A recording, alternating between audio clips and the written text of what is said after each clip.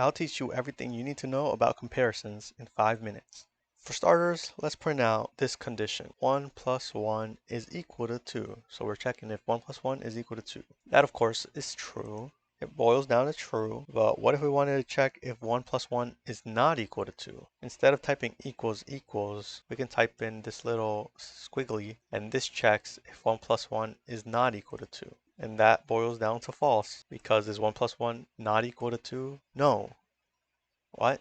I'll show you with if we use 3. 1 plus 1 is not equal to 3. So this statement is true, because it's checking 1 plus 1 not equal to 3? True, it's not equal to 3. True. We can use this for other data types as well, not just numbers. Let's add in a part.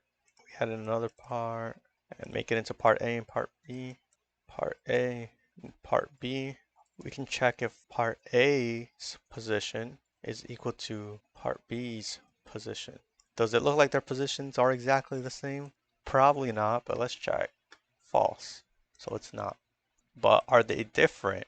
Are they not equal to each other? True, they are not equal to each other. So yeah, you can use this with numbers, vector 3s, booleans, strings, whatever you want.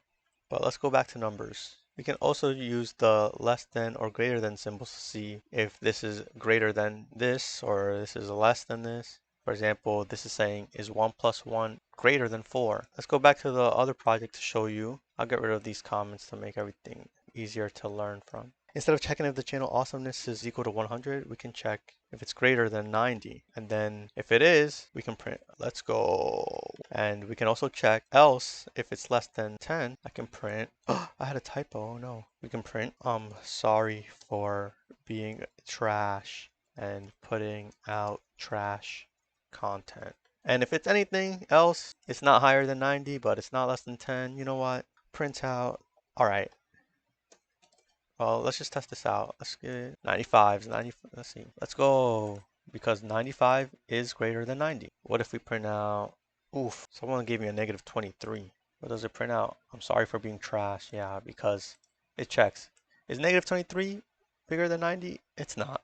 So what's the next statement? Is negative 23 less than 10? Yeah, it is. So I'm sorry for being trash. And if it's anything else, something in between 90 and 10, like 75, 75 is alright. It's alright.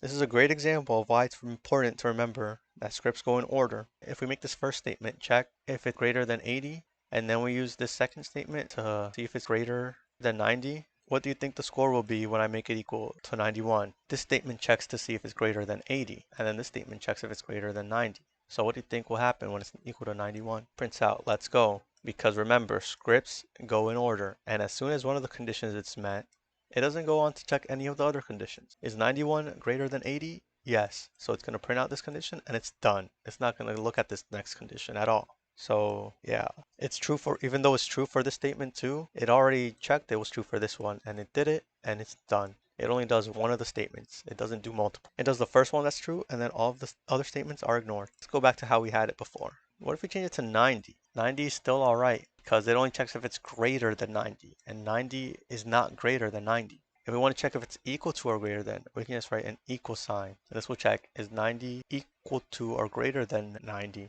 And it is equal to or greater than 90 because it is equal to 90. So it prints out, let's go. And you can do the same thing for the less than. Less than or equal to 10. If we change this to 10. I'm sorry for putting out trash content.